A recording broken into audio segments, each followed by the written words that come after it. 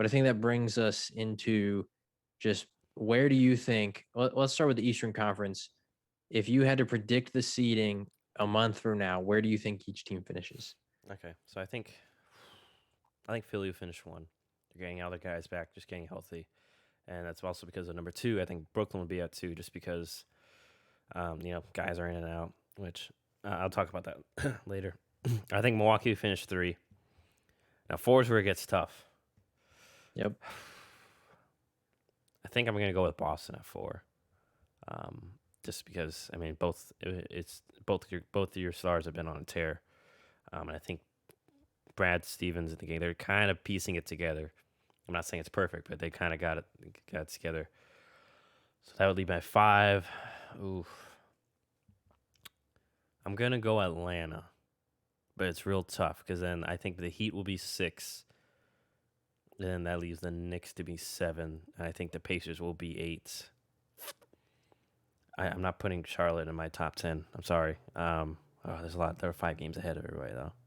Okay, scratch. Sorry. So I will put Charlotte, but so sorry. I had Indianapolis at eight. So my nine's gonna be Washington, and then my ten's gonna be the Charlotte Hornets. It's just like I'm tempted to pick the Bulls, but the fact I feel like what he perfectly simplified the Bulls was like the other week when Levine dropped with like 50, and they Mm-hmm. still lost. Yep. They still lost. I think it was like to the Cavs or something too. Yep. Is to a team that they should have beat. Like if anyone would have said, "Hey, Levine's gonna score 50 in this game," I think everyone said, "Oh, well, then they're gonna beat that. They should beat them," but they didn't. As opposed to the other side, where your Celtics, even though they almost lost, they still won when Tatum dropped 50 and pulled through. Right. So yeah, I think that's my 10. So sorry, it would be Charlotte 10, the Wizards at 9, and then Pacers at 8. I think I had the Knicks at 7, Heat at 6, and then Atlanta 5, Boston 4, Milwaukee 3, Brooklyn 2, Philly 1. What about you? I agree. 1 through 3. I think those probably stay the same. Philly, they're getting healthy, like you said. They have defense. They have Embiid. They're built for the regular season right now to just finish it off, maintain that 1 seed. Brooklyn, once again, the reason I think they don't overtake Philly is they have injuries. They have guys resting for a variety of reasons that are unknown. All the speculation around Kyrie, just a lot of random stuff that's going on there. So I don't think they get the 1 seed, but they still have a lot of talent. So I don't Yeah. think they fall past two. Milwaukee, same thing. I mean, they have a 5 game lead on the fourth place teams. So I don't see how they would drop below three. Four, I agree with you. I think I'm going to go the Celtics. Like you said, they're figuring out, they're piecing it together. They have the easiest remaining schedule in the entire NBA, I believe. And during this whole stretch, too, this is with Evan Fournier out. So when he comes back, that's extra added bench depth. They signed Jabari Parker. I know he's not amazing coming off an Hey, but injury, he's but still, a number 2 overall pick. He's got talent. yeah, So he's a veteran. His career points per game is like 14. So you just can't a play veteran defense. presence coming off the bench, where we have a lot of like young guys like Grant Williams and Peyton Pritchard, and all these super young, inexperienced guys. He just provides veteran experience. So I think that he should be a plus. So yeah, I think Boston will figure it out, finish the fourth seed. Five, once again, like you said, I think this is where it gets interesting. I I was tempted to put the Heat or Knicks there. It's just I feel like Atlanta's what like 2 or only half game ahead of the Knicks. I just feel like Atlanta's been feeling it. And Yeah, I'm gonna go with the Heat. okay. I think that just Jimmy Butler, he's gonna go hard to finish this out because I don't think he wants to be in a play-in scenario, and I think that they'll figure it out towards the end of the season as well. I mean, I believe in Eric Spoelstra, Bam Adebayo is a stud, Victor Oladipo, all that kind of stuff. I think they're due their run. They haven't necessarily found their consistency yet, but I think they'll have a little run to end the year here, and probably take that 5 seed. Six, I'm gonna go. Ooh, I'm tempted to put the Knicks, but I think I'm gonna put the Hawks. Okay. Trae Young, I mean, just the offensive, powerhouse that he is, and just I think they do have a lot more depth than the Knicks. So I'm gonna take them. Knicks, I'm gonna go seven. 8, I agree with you. I'm going with Indiana. I think that with their talent, they should, snag that spot from Charlotte. Oh, 9. I'm tempted to have Charlotte drop out. I don't know how their schedule's looking like It's tough to because they're finish the season here. 5 games ahead of most of those Right. teams. And then there's only one, two, three. There's 7 games left, and they play the Blazers and they play the Knicks. Okay, the Bulls I mean, might they be a got a tough win, schedule though. but the They play Bulls the Knicks, and they then play the Bulls, which this is where the Bulls can make up some yeah, ground, and then they finish off with the Celtics, Bucks, Celtics. but they do have that Cavs But game. So they think if they think they win 2 or 3 of those, yeah, they're in. Like all you I agree. so Yeah, it's that makes it tough. Uh, or actually, wait, hold on. You're only looking at the remaining April games. There's also all of May, by the way. They have 10 May games. oh well then never mind. So there's actually 17 games remaining. I was also only looking at April, and I was But like, still, why is there five's only just a 7 lot left? because then they play the Pistons twice. That's probably 2 wins. Yeah, The Pistons are pretty Magic, bad. the Pelicans. We didn't talk about the Pelicans, but the Pelicans are still. I mean, they're out of the playoff picture as of right now. They're still figuring things out. So who knows with that? The Nuggets aren't as strong as we mentioned before, and they do play the Wizards to end the season. So it's Yeah. tough. It's tough. It's Also, I tough. mean, the Hornets have had some decent performances of late. I mean, like they beat Milwaukee, they beat Indiana. I mean, they did get blown out by the Nets and the Celtics, but like, there's just talent difference there. My worries they lost So to I a don't. Lakers team that with no AD or LeBron. Yeah, and then they lost to Cleveland. So yeah, I think I'll keep Charlotte at 5 or at 9. Sorry, Okay. because like you said, 5 games is they have a sizable lead right now, so it's tough to really overcome that, especially with just the inconsistency we've seen out of some of these teams. Yeah, I like the Bulls, and even I mentioned I Yeah, praise them. The Wizards. I mean, it's one night. It just depends on who's playing with Russ. yeah. 10. I'm gonna go with Washington, Yeah. like you said. I'd be tempted to say Chicago, but since the trade with the Magic to get Vooch, they've actually had a worse record than the Magic have. Um, and so and that's not because Vucevic is not fitting in well. I mean, the guy's averaging like 22 points per game, I think, since the trade, and he's had like efficient shooting too. He's like shooting over 40% from three. So it's not like he's doing poor. It's just they just don't have all the pieces together. It was just my. I think it's it's just the not worry I working. mentioned. Just can't play much defense. Yep, I mean, can't most of play the games they're defense. allowing over 100, 110 points a game. Yeah, and they're a really young team, like they're just inexperienced. So yeah, and with the with the Wizards, I mean, we got Russell Westbrook and Bradley Beal, two guys been there. They've made playoff runs. And Scotty Brooks has been and knows Yeah, what it I mean, takes he's too. been to the finals. So I think that once again, they're one of those teams that I could see them stretch off a 4 or 5 game run to end the year and sneak into that spot. So I'll take the Wizards as well. Uh, that means we'd move on to the West because I don't want to dive into like actual playoff predictions of who we Yeah, think would happen until that happens. The what's West, your I can go standings? first since you went first last time. Number 1 seed, I think the Suns take it. I think the Suns. I mean, they're playing really good defense right now. Chris Paul is just in his groove, and also with Utah, Donovan Mitchell just got hurt. I don't think he's out that long, maybe a week or two, but those games, I mean, that's where they're going to start dropping games they shouldn't be dropping because who's going to score? Obviously, they have Jordan Clarkson. They have a lot of these other guys, Mike Conley, but Donovan Mitchell is the focal piece of that offense. So I think Phoenix to me takes the number 1 seed. I think the Clippers take the 2 seed. Because once again, I think that Donovan Mitchell injury is going to set him back a few games. Um, so and even when he comes back, who knows like how quickly he can come back too and be like good to go once he's actually playing again. I don't think that Utah drops past the 3rd seed though, so I'm going to keep them at 3. Um, I'm It's going to tough. say the Lakers go to 4. Okay. So I think they'll Um, move up from when are they 5 right now? I think. they're 5 right now, but I think Denver with the Jamal Murray injury is going to drop. Um, and I think once AD and LeBron come back, I mean they could just go crazy. So especially when I think it's just AD coming back first, right? Yeah, AD comes back. I think LeBron's still projected like 2 to 3 to 4ish weeks back. Yeah, I mean, AD could just become a man possessed when he's just by himself. He could just go crazy and just try to score everything. And we know that he could do it. So I'm going to put the Lakers at 4. I think the Nuggets remain still. Man, the West is tough.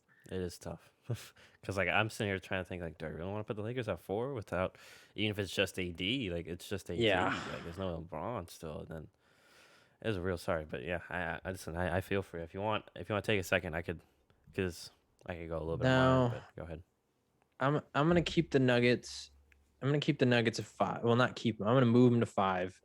I mean, they obviously, the Jamal Murray stuff sucks, but I mean, I still think that Jokic is still a baller. Like we talked about Michael Porter Jr. I mean, they have the pieces who can step up, and they don't have like the toughest of schedules remaining. Actually, there's a little stretch in May where they play the Clippers, the Lakers, the Knicks, the Jazz, the Nets, all in a row. But then after that, they play like the Hornets, the Timberwolves, and the Pistons. So It's like easy to get those any of those games back. Yeah, so I'll keep the Nuggets at 5. I think Portland stays 6. I'm gonna keep 6, 7, 8. Oh, actually, I'm gonna keep 6 and 7 the same. I'm gonna keep Portland and Dallas there, and then I'm gonna say the Golden State takes the 8th seed. I think that Steph Curry. I mean, he's been playing so well. Obviously, if the team lacks consistency, but I think that he's just gonna keep going crazy, and I think Golden State takes the 8th seed. I'll put Memphis 9, San Antonio 10. It's generous. The thing is, I mean, San Antonio, they got a 2-game lead on New Orleans, and New Yeah. Orleans, Sacramento's probably out of this because they got a 5-game lead on Sacramento. And New Orleans, I mean, they're Although I weird, will shout out man. Sacramento. De'Aaron Fox has been balling a little bit, and Halliburton's been playing really well. Otherwise, they've been sucky. So yeah, I'm gonna go Phoenix 1. I'm gonna keep Utah at 2. I just feel like they have a good enough team and structure that they won't completely free fall without Donovan. 3, I'll go with the Clippers. I'll keep the Clippers at 3. At 4, oof. By the way, the Jazz are down 3 to the Lakers right now. No LeBron, no AD. Oh, I think they're also resting like Gobert. They're also resting a bunch of guys. Oh, okay. I didn't know that. Yeah, I was trying to get a timetable on Donovan Mitchell's, and I saw that. So sorry. Clippers at 3. This is where it's tough. I'm gonna go Portland at 4. I feel like they're getting healthy at the right time.